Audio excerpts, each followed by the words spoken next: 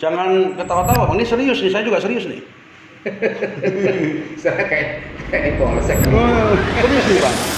Jangan pernah menyalahkan orang lain, karena satu yang salah itu cuma tukang rujak. Udah tahu akuarium diisi buah-buahan, harus terus punya motivasi yang tinggi, jangan pernah berputus asa. Contohnya yang gak pernah berputus asa adalah pedagang lesehan kaki lima, walaupun tiap malam gulung tikar, besoknya dagang lagi. Tapi nggak nyesel kan jadi pelawak kan? Nggak nyesel. Iya. Ini saya anggap sebagai anugerah jalan hidup saya. Kalau kita cinta kepada profesi kita, kemudian kita fokus ke profesi kita, insya Allah semuanya akan berjalan dengan baik.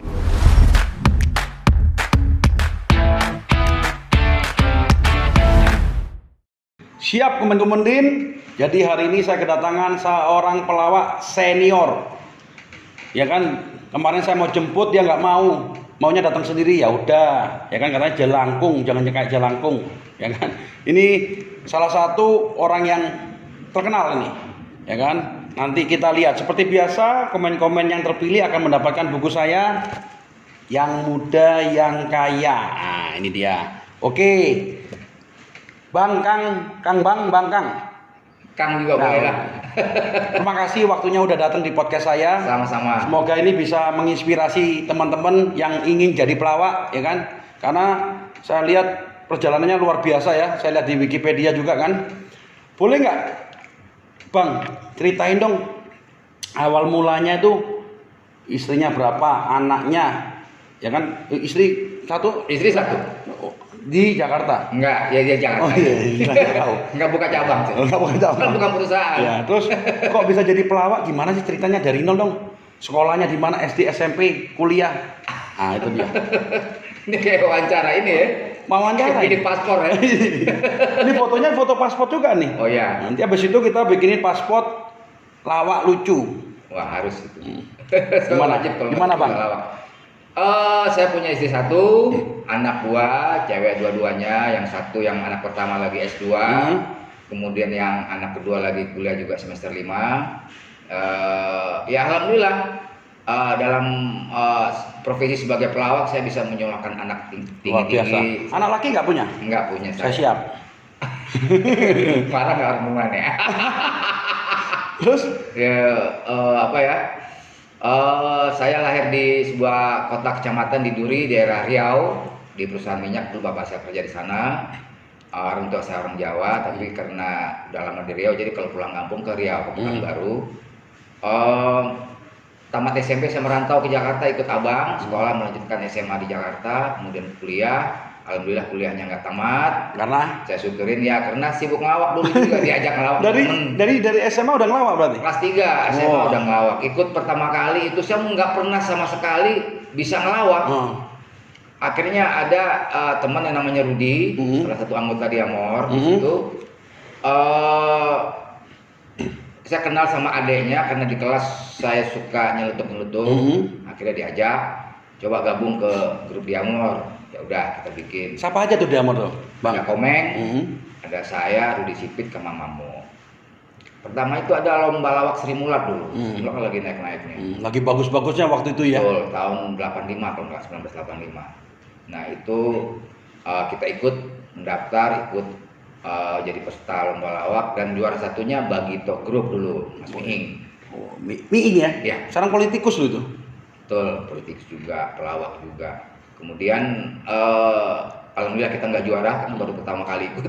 Tapi ini kok uyu terus ketawa-ketawa. Biasanya kan emosian. Oh, emosian itu hanya di TV ya. Oh iya. Dibayar. Saya orangnya baik kok. Sebenarnya saya orangnya kalem sebenarnya, nggak banyak bicara sebenarnya. Aslinya ya. Tapi karena tuntutan profesi Harus itu. harus. Terus kuliah di mana itu? Ngambil jurusan apa? Saya kuliah dulu di Universitas Gunadarma, Oh, di Jakarta ya? Jakarta. Jurusan manajemen komputer. Manajemen komputer ngelawak itu gimana ceritanya itu? Kayak cak lontong aja. Oh, calon tuh Teknik sipil, ngelawak. Unair, akhirnya jadi pelawak. Tapi nggak nyesel kan jadi pelawak kan? Nggak nyesel. Iya. Ini saya anggap sebagai anugerah jalan hidup saya. Kalau kita cinta kepada profesi kita, kemudian kita fokus ke profesi kita, insya Allah semuanya akan berjalan dengan baik dan menghasilkan sesuatu yang. Nah, saya juga lihat di sini ya, pernah main film ini. Itu ada cerita nggak? Ada yang terkesan nggak film itu? Saya pernah beberapa membintangi film dan yang paling berkesan saya jadi peran utama sama almarhumah Julia Perez. Widih, saya kalau udah dengar Julia Perez itu, waduh. Itu apa tuh? Ada Bang? adegan yang di luar skenario ya. Kadang-kadang pelawak itu kan terbiasa dengan improvisasi. Nah, gatel bagaimana supaya improvisasi itu berjalan, nggak sesuai dengan skenario. Itu ada adegan saya tidur bareng, karena kita suami istri ya, Julia Perez. Di biskop itu ya? Iya, Di film itu ya? judulnya Sumpah Ini Pocong. Iya, iya. Ada komedi-komedi seremnya lah, horor gitu. Pas di adegan endingnya gitu, terus saya tiba-tiba nyium jupe gitu. Kaget nggak dia? Kaget nggak? Kaget. Tapi dia nggak, walaupun lagi adegan dia nggak nyetopin itu adegan. Karena dia mungkin profesionalnya Nah, tinggi. iya betul. Setelah di cut sama sutradara baru dia, wah gila lu Jarwo.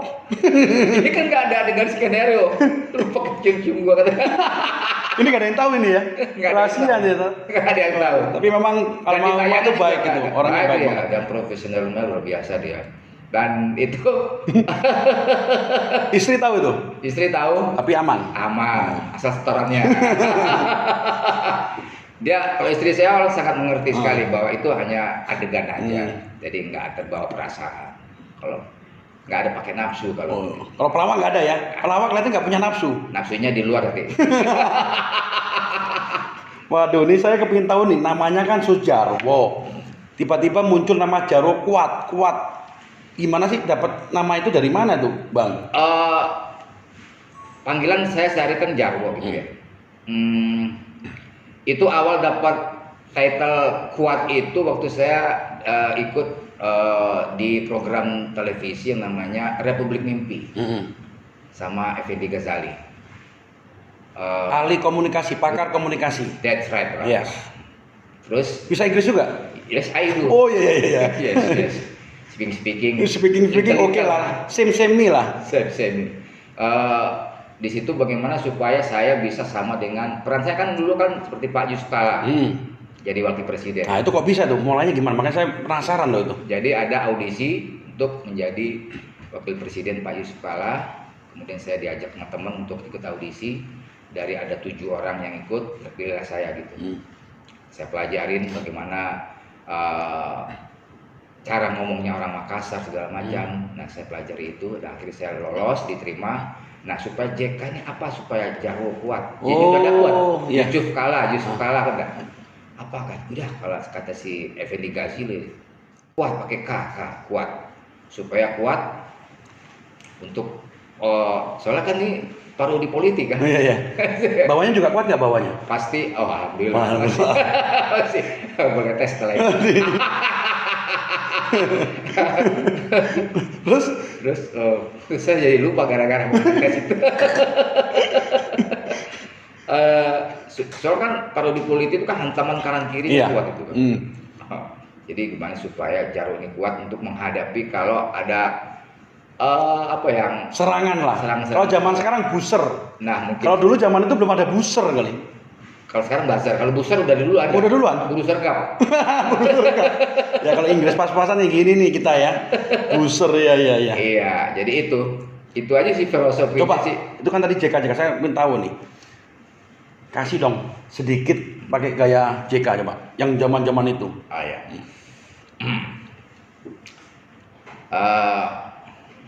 Untuk warga sekalian, saya Jarwo Kuat, mantan wakil presiden Republik Mimpi. Jadi dalam menghadapi perekonomian kita dalam saat pandemi COVID-19 ini, kita harus terus kreatif, kita harus produktif ya. Jangan sampai kita terkungkung dengan keadaan. Harus kita berpikir out of the box ya. Jangan sampai lupa itu. Dan saya sekarang setelah tidak jadi mantan presiden, tidak jadi wakil presiden lagi, sekarang saya aktif di sebagai ketua PMI sekarang ya. Nah, bagi masyarakat jangan takut untuk mendonorkan darahnya ya, apalagi mendonorkan dananya ya. Terima kasih. Karena Begitu. iya, tapi itu Logis dan masyarakat kadang-kadang juga percaya bahwa disangka saya ini orang Makassar. tapi bagus tuh, karena saat ini banyak yang kangen sosok Pak JK. Ya. Nanti saya laporin sama ponakannya loh. Ponakannya tuh Afikalat, ketum saya di HIPMI. Oh, boleh. Apa enggak takut tuh waktu munculnya disomasi sama Pak JK tuh? Ada yang ngomel enggak? Justru enggak. Justru Pak JK yang asli dulu malah mensupport saya. Justru mensupport. Pernah ketemu?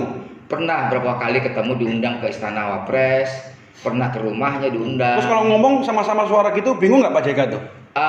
Ya geli aja. Geli nggak dia? Pernah juga. Pernah ketemu, dan yang luar biasa sekali, saya waktu itu kan lagi syuting Republik Mimpi di Metro TV. Nah, kebetulan di studio lain Pak JK waktu masih ngejabat juga dia ada acara syuting juga di studio sebelah. Saya pas selesai mau pulang, mau turun tangga jalan itu eskalator, Pak JK naik, kan diamankan sama itu kan, sama Pak Mespres.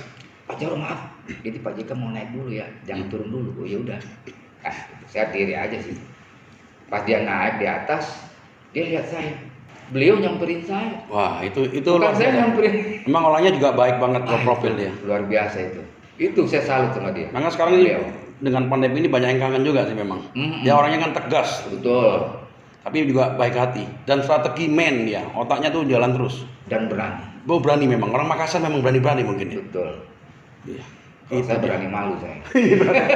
Pak JK berani tegas, kalau Pak Jarwo kuat berani malu. Ya kalau pelawak nggak berani malu gimana ya? Iya. Ya kan? Oke. Saya mau tanya lagi nih.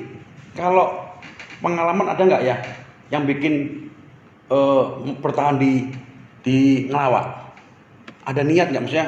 Saya ngelawak aja lah, dari dulu memang niatnya ngelawak atau apa nggak? Atau pikir gue mau jadi pengusaha, gue mau jadi, ada nggak kepikiran di otak?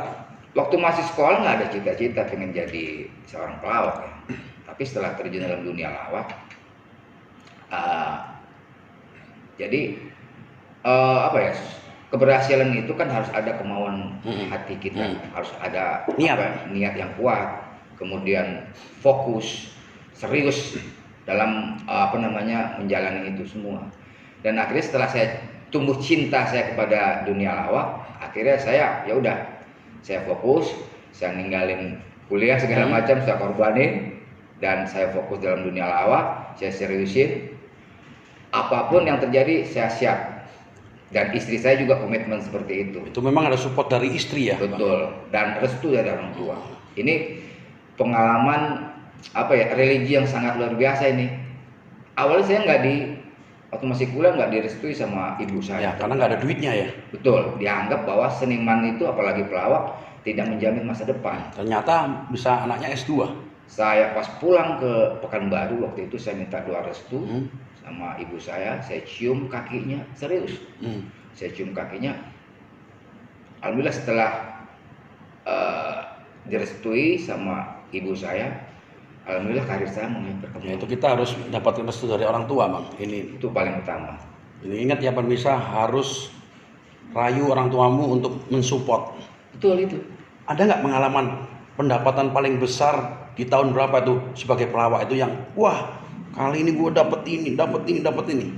Waktu itu karir lagi Republik Mimpi waktu itu. Itu udah luar biasa ya. Saya bisa beli rumah, bisa beli kendaraan, bisa beli properti segala macam lah. Itu memang luar biasa Republik Mimpi itu. Kenapa waktu itu stop, kenapa tuh?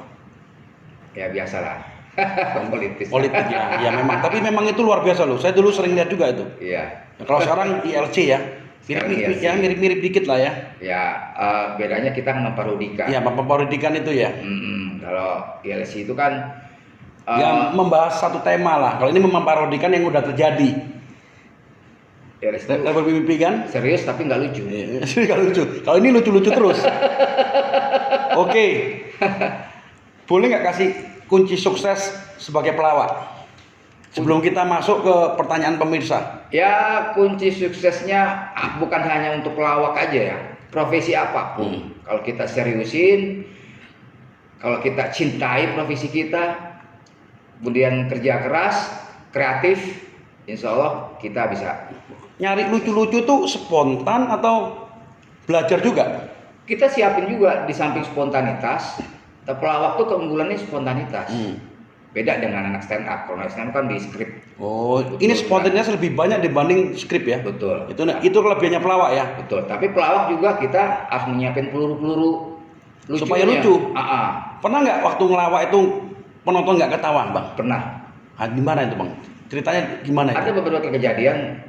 Saya grup Diamond ngelawak di Ancol. Itu Ancol itu ada beberapa titik panggung hiburan. Kita ngelawak di kolam renang. Jadi kita pas lagi ngelawak, terus yang lagi berenang juga kita hibur kan. Panggung di depan kolam renang itu. Kita lagi ngelawak, jadi yang berenang nongol palanya, woi nggak lucu katanya. Saya sautin, gimana mau lucu? Pas lucu lu nyelam. Gak pernah tahu lu gue lucu. Bisa ketawa juga akhirnya. Ketawa dia. Kalau lu lucu lu nyelam, kalau lagi nggak lucu lu nongol. Itu satu. Yang kedua, kita dulu itu kan dunia hiburan itu banyak untuk kesempatan tampil pelawak ya. Seperti daerah kota Mangga Besar itu kan kayak kafe segala macam, kemudian diskotik itu kan kalau ada show time-nya jam 11 atau jam 12 malam itu tampil pelawak. Kalau sekarang udah nggak ada lagi kan. Nah, di situ kita saingan tuh sama penari striptease.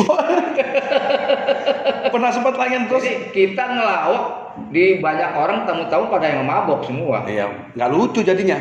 Dan unik lagi, saya pernah ada teman-teman pelawak itu kalau mau tampil dia minum dulu. Mabok dulu. Kayak saya. Alasannya apa? Supaya pede. Kepercayaan diri tinggi. Kalau ngomong bisa ngomong apa aja. Iya. Saya pengen tahu, pengen coba tuh, bener apa enggak? Emang bener, Bang? Saya buktikan. Saya minum, mabok, saya tampil, malah ngaco. Kalau saya, Oke, lu ngelawak apa berantem lu? kalau saya mabuk, saya jadi lucu. Oh gitu Iya, ya. meskipun CEO banyak yang ketawa, Bang. Itu boleh tanya karyawan saya, Bang. Mungkin beda-beda orang ya, beda-beda orang caranya ya. Kalau saya nggak bisa, Nggak bisa. Setelah itu saya berangkat. Ya, kalau saya gitu, makanya kalau saya mabuk bisa gabung ke Paski. Coba kan seru, CEO gabung pelawak. Tapi kan harus mabok dulu. Mabuk dulu itu yang susah tuh. Minumannya mahal lagi, Bang ya. Ah, iya, tapi modal kan gede. Kalau pelawak, Alhamdulillah. boleh dari tamu lah minum. Oke, aku tanya lagi terakhir tuh. Apa sih Paski itu? Coba jelasin. Terus anggotanya siapa aja tuh? Paski itu adalah Persatuan Seniman Komedi Indonesia. Sekarang saya ini adalah sebagai ketua umum. Itu Paski berdiri tahun 2005. Udah lama ya? Ketua umum pertamanya adalah Mas Indro Warkop, sekjennya Miing Bagito. Kemudian ketua umum yang kedua itu Dery Patskawa.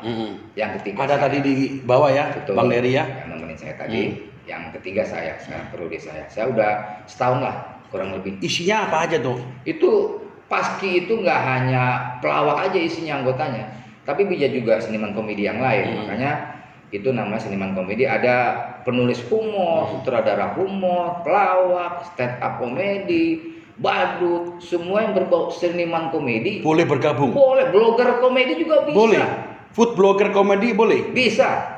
Pokoknya yang berbau komedi. Politisi yang lucu-lucu yang di Senayan itu juga bisa masuk di sini. Kan polisi juga banyak lucu ya. Yang kalah lucunya sama kita.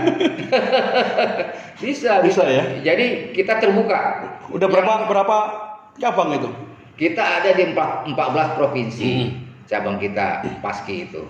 Dan rencana kita target sih semua provinsi mau kita, ya kali aja dari HIPMI bisa di daerah masing-masing bisa bantu untuk membentuk Paski di daerah masing-masing gitu. Kan HIPMI juga singkatannya apa tadi, Bang?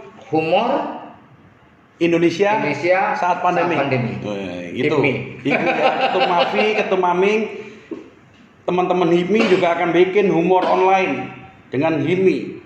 Ya, jadi pakai nama HIPMI boleh, nggak apa-apa, izin dulu nanti saya. Ya. Ya kan, terus terakhir nih, Bang. Sebelum ke pertanyaan dari teman-teman. Selama pandemi ini kira-kira penghasilan gimana sih? Terus apa sih yang diinginkan dari teman-teman Paski kepada pemerintah? Pandemi ini tetap apa merosot? Merosot. Dalam arti nggak hanya para komedian aja terkena dampaknya ya, semua lini terkena dampaknya. Kalau saya sih alhamdulillah aman-aman aja, karena saya dari dulu juga mempersiapkan sesuatu. Di saat kita sulit, kita sudah siap, ada aman. Tapi ada banyak para komedian juga sangat terdampak secara ekonomi. Hampir 2 bulan lebih kita nggak beraktivitas, syuting sinetron juga nggak boleh. Kemudian di studio paling juga hanya beberapa segelintir komedian yang tampil, dan mayoritas pelawak paski itu ya kehidupannya menengah bawah. Nah, bagaimana supaya mereka aman secara ekonominya? Alhamdulillah kemarin kita bikin semacam kayak penggalangan donasi, bantuan dari pemerintah, dari swasta, semuanya. Itu berjalan ya? Berjalan alhamdulillah. Puji Dan Tuhan. sangat terbantu itu anggota-anggota paski semua. Terakhir sebelum pertanyaan tadi, terakhir. Regenerasi pelawak gimana di Indonesia nih? Regenerasi kalau lawak ya, grup lawak itu mandek. Regenerasinya mandek karena tumbuhnya yang namanya stand up comedy, gitu, perorangan. Nah, akarnya dari komedi sebenarnya grup lawak di Indonesia ini. Tapi karena ada sesuatu ya perubahan zaman kali ya. Jadi rata-rata pindah ke stand up comedy ya, perorangan ya. Betul, minat anak-anak muda itu lebih condong ke stand up comedy. Karena dia sendiri. Betul. Gak perlu ngeribetin orang lain. Dapat duit nggak perlu dibagi. Iya, karena kalau grup lawak kan harus sharing, terus saring berbagi. Betul, gitu. Jadi minatnya mungkin lawak itu grup satu itu untuk pembagian, kemudian dianggap bahwa lawak itu hanya konyol-konyolan aja.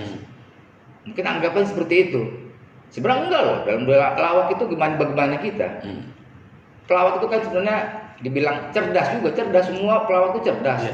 Nggak ada mau pelawak seperti ini mau cerdas. Bagaimana membuat orang tertawa itu kan sulit itu kan. Susah itu. Itu berbagi rezeki juga itu. Betul. Malah kalau grup lawak itu sebenarnya kita bisa membuat sesuatu kan bisa berpikir bareng-bareng gitu. Kalau stand cuma berpikir sendiri dia. Dia bikin sendiri, lucu-lucuan sendiri. Iya. Jangan-jangan dia ketawa sendiri mungkin. Bisa jadi. Kalau ada sesuatu ya resiko sendiri. Iya. Oke, sekarang kemudian kita masuk ke pertanyaan pemirsa. Jadi ada satu yang tadi mendapatkan spesial kaos Before Five made in Indonesia. Ini Bang, ada pertanyaan Bang. Saya tanya dulu nih dari Haryanti 22. Assalamualaikum Pak Basuki, Pak Jarwo. Saya mau bertanya, pengalaman menyebalkan yang paling membuat Bapak masih mengingatnya dan tak akan terlupakan sampai sekarang. Pengalaman menyebalkan selama jadi pelawak. Ya kalau ngelawak kita dibilang nggak lucu gitu. Nah, itu kayak tadi itu ya? Tadi itu. Itu kesel nggak sih? Ya kesel gimana? Kesel nggak kesel lah. Kita kalau misalnya dibilang nggak lucu atau kita ngelawak nggak lucu di depan orang, kita nerima honor juga malu. Oh iya sih ya. Itu rasa tanggung jawab profesional ya. Betul. Tapi jarang ya. Alhamdulillah semua berjalan dengan lancar. Oke, kita lanjut lagi pertanyaan 2, Delima. Ini karyawan saya Bang. Wah keren Komandan, Pak Jarwo kuat. Saya punya pertanyaan, apakah yang harus saya lakukan supaya bisa menjadi salah satu perempuan yang langsing? Karena saat ini saya bukannya langsing Pak, tapi langsung. Apakah saya harus sedot lemak? Ayo, jawabnya bingung loh. Ayo. Ya tuh sekarang dianggap saya dokter gizi kali ya. Ayo, dia pengen ini supaya langsing kamu ini nonton komedi, terus jangan makan seharian. Insya Allah kamu bisa kurus yang langsing. Itu mah nggak langsing, itu bisa tepar itu. Oke, ini pertanyaan lagi nih dari Rizal Booking. Saya cari Rizal Booking.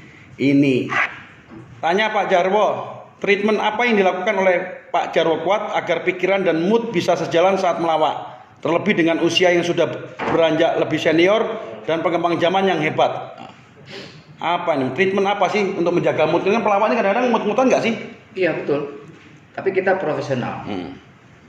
Kita ada masalah di luar ataupun di keluarga. Tapi saat kita tampil, kita harus buang itu masalah kita. Fokus kita untuk menghibur. Tapi setelah Anda turun dari panggung, Anda boleh berpikir lagi masalah Anda. Oh, tapi itu yang susah tuh, Bang. Lagi Kalau saya stres, bisa. lagi iya itu yang harus pelawak punya ya. Lagi Itu. stres tapi harus bikin orang nggak stres. Betul. Kalau mau jadi komedian atau jadi artis harus seperti itu. Itu mental itu yang susah itu. Jangan bawa bagus. masalah Anda di panggung, Nah, itu buyar. merusak. Ini yang rahasia-rahasia nih ya. Ternyata orang lihat tuh pelawak tuh menghibur, tapi ternyata di belakang itu perjuangannya juga Iya. nggak gampang ya. Kita nggak tahu masalah apa. Iya. Itu tapi membuat orang ketawa dan harus kita ketawa ya. Betul. Padahal kesel banget anjrit lu. Totalitas. Totalitas ya. Salam bengis itu namanya Bang kalau di saya. Salam bengis, salam totalitas. Siap. Oke, lanjut lagi nih. Alpina Ripan. Pak Jarokot, kenapa PPT tayangnya hanya di bulan puasa sih? Padahal lagi seru-serunya itu cerita tentang sengketa masjidnya. Apa PPT? PPT itu sinetron religi di saat bulan Ramadan. Itu para pencari Tuhan. Udah masuk ke tahun 14 tahun kita udah syuting. Ya memang khusus di bulan Ramadan. Kalau nggak Ramadan ini bukan PPT. Bukan PPT namanya. Ya. Apa tuh ya? PPJ? PSBB? Para pencari. Kalau PPJ para pencari janda. Emang banyak janda Bang. Pas banget Bang. Zaman pandemi ini banyak Bang. Di beberapa daerah, daerah ya. Jadi memang khusus itu sinetron hanya khusus di bulan Ramadan. Kalau kita bikin reguler di luar bulan Ramadan, takutnya nanti bosen. Lanjut lagi dari Haryanto Prabowo Bang. Ini kan. Haryanto Prabowo saya tanya, "Selamat malam," ya kan? "Saya penggemar pelawak yang paling fenomenal, yaitu Bapak Jareni Wong Kuat." Ini fansnya Bang Jarwo nih. Ya. Pertanyaan saya, apa trik-trik khusus agar bisa menghibur penonton sampai tertawa lepas? Biasanya kan penonton jenuh dengan bahan yang itu saja. Terima kasih, semoga pertanyaan saya dijawab langsung oleh sang pelawak favorit saya. Ini berarti fansnya Bang Jarwo nih. Update. Kita harus update berita yang lagi panas misalnya, atau ada gosip-gosip yang paling panas yang terupdate harus kita olah sebagai bahan komedi. Kemudian juga kita kreativitas harus tetap jalan. Itu aja sih. Itu aja ya. Tapi kalau nggak update ketinggalan zaman ya. Iya betul. Jadi Oke, lanjut lagi nih dari Ahmad Azir. Banyak banget nih. Pak Jarwokat, saya mau tanya, kalau ada godaan itu kan kita harus tahan. Nah, kalau ada cobaan, kita cobain apa gimana? ini bagus nih pertanyaan nih. Aduh. Ada godaan. Ya, kalau ada godaan, kan kita harus tahan. Ya. Kalau ada cobaan, kita mau nyobain atau gimana? Ya terserah Anda mau nyobain aja. Kalau enak ya terusin. Kan gini, ada orang, wah dia lu jangan kawin lagi deh kayak gua kawin lagi, aduh pusing. Nah lu enak udah nyobain, tahu kan? Yang belum nyobain ya belum tahu, gimana tahu ada masalahnya? Kalau mau tahu ya cobain aja. Kalau ada masalah ya udah, nggak usah lu terusin. Iya. Aduh, ini pertanyaan yang lucu-lucu nih, kayak yang diwawancara ini. Ada pertanyaan lagi nih dari Ronald Diril. Nanti kita pilih lagi 2 lagi dari Ronald Diril. Mau tanya sama Pak Jarwo Kuat, ya kan? Apa ini ya tanyanya? Bentar ya. Oh ini, bagaimana cara Pak Jarwo Kuat bisa bersaing sama artis yang lebih muda atau milenial? Terus kedua, kapan titik terendah dalam kehidupan Pak Jarwo Kuat selama jadi komedian pelawak? Supaya tetap bisa eksis dan bisa bersaing dengan anak-anak muda. Saya juga harus menjadi anak muda juga. Ini Bang masih muda nih. Umur saya 53. Oh, tapi nggak kelihatan loh kayak 25. Masa kayak 60. 60. Di saat usia saya 53, tapi saya bisa berbaur dengan anak muda. Saya menyesuaikan. Memang harus gitu ya? Betul. Kayak saya ini kan harus begitu. Pakai celana sobek-sobek. Betul. Iya, padahal anak milenial. Betul. Saya bukan milenial, setengah milenial. Celana boleh sobek, boleh. tapi duitnya nggak sobek. Oh, amin, alhamdulillah. Jadi gitu bergaul dengan siapa aja kalau saya seperti itu. Walaupun saya ini orang kolonial, tapi kita harus terjun dan bergaul dengan saya juga menghargai loh. Harusnya saya yang sowan, tapi saya undang senior ke sini mau nih. Iya. Podcast saya nih, luar biasa loh abang ini. Makanya saya dengan siapa aja saya bergaul, enggak dia siapapun, enggak maupun tuh PSK mau siapa aja. Bisa semua mau orang susah, mau orang kaya, mau orang apa, saya kita harus selalu begitulah, kan saling begitu. respect Bang ya. Kalau kita mau eksis, Kita harus seperti itu, saling menghargai. Terus yang kedua tadi apa tadi itu pertanyaannya? Tadi Titik akhir. terendah. Pernah nggak jadi pelawak nih? Waduh, gue lagi stres banget kali ini. Pernah nggak? Apa happy terus? Enggak juga. Enggak, Bang. Nggak mungkin ya. Saya juga manusia biasa. Waktu zamannya itu apa krisis moneter, wah itu nyungsep banget Semuanya secara nyungsep. ekonomi. Sampai saya jual barang, jual bangku. Hanya Tapi istri istri dan nggak anak dijual. saya nggak. Takutnya tadi itu Bang Rudi itu leasing ngambil istrinya Bang. Iya, untung istri saya bukan leasing, ambil cash. Ya kan dibayar tunai Bang. Iya, bayar tunai. Untung aja. Terus saya ingat kalau di muslim kan dibayar tunai itu. Iya. Bener Coba kalau ternyata. boleh minjem duitnya. Waduh, Tarik leasing itu Bang. tarik leasing. Oke, ini lagi dari Laudia. Tadi udah Laudia ya. Tadi udah, sekarang tanya lagi yang terakhir nih ya dari Yanti. Yanti ini terakhir Bang. Tapi ini terakhir yang belum dapat kaos. Ada lagi satu yang lucu Bang. Yanti, pertanyaan saya untuk Pak Jarwo, ada tidak generasi Bapak yang mengikuti jejak Bapak sebagai nggak ada, anaknya cewek semua ya? Cewek semua kayaknya nggak ada deh. Nggak ada ya? Nggak ada yang ikut. Ada nggak ponakan atau anak angkat atau siapa yang belajar sama Abang jadi pelawak? Pernah ada grup pelawak cewek yang saya pernah didik gitu ya, dan cuma satu yang jadi dan sekarang dia suka main di sinetron. Oh, terus ada nggak mau bikin akademi lawak, ngajarin orang kursus gitu, kursus lawak? Paski berencana bikin sekolah komedi nanti. Ada? Ya, sekolah komedi nanti lulus dari situ dia punya sertifikat. Jadi Nah, itu kita boleh tuh, Bang. kemudian bersertifikasi. Iya. Belum pernah ada loh itu. Secara kualitas mereka terjaga. Ya, itu belum pernah ada itu. Boleh itu cita-citanya tuh Bang. Insya Allah nanti Iya. kita Ya kerjasama kan? dengan lembaga pendidikan. Saya kan juga kepingin bikin ini lawak online Bang. Ah iya. Kemarin. Itu bisa Iya. itu. Ya, itu kira-kira udah ada pernah nggak lawak online? Belum pernah ada. Nah, jadi kita nih pertama nih ya, pertama di Indonesia. Betul. Berkolaborasi dengan Paski. Betul. Bagus tuh Bang, menurut Abang. Banget. Apalagi sekarang saat pandemi ini kan. Saat pandemi kita harus tetap kreatif. Dan apalagi ada dari pihak Pak Basuki, HIPMI-nya itu bisa kerjasama dengan Paski. Saling membantu bermitra lah. Ya, karena di teman-teman itu juga banyak pelawak Bang. Oh ya. Iya, ada Lindu Bang. Itu teman saya Lindu tuh pelawak Bang. Karena kita ngeliat aja udah lucu Bang. Selalu lindu. Maaf ya Lindu ya, sama Lindu, selalu Lindu. Nah ini terakhir yang paling lucu nih Bang, dari Abdul Aziz. Wah ini saya cari dulu nih.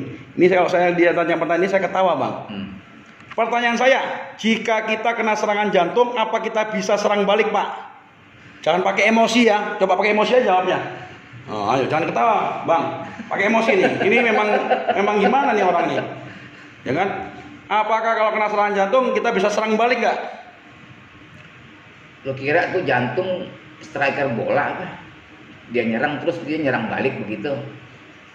Jantung diserang gimana mau balik? Mati udah langsung orangnya. Pikir kata calon tong. Singkat padat bikin ketawa itu. Itu yang susahnya pelawak gitu ya, spontan ya. Langsung bisa berubah. Iya, itu memang iya, itu susah sekali itu. Nanti pertanyaan ini yang paling saya dari semua itu paling lucu, Bang. Makanya saya bawa terakhir. Oke, yang terakhir, Bang. Ini sebelum kita tutup karena seru-serunya siapa sih yang menginspirasi Abang? Terus yang terakhir kasih motivasi teman-teman nih. Ya kan supaya semangat kerja kan banyak nih pandemi loyo, kasih motivasi Bang. Ya, yang menginspirasi siapa dulu Bang?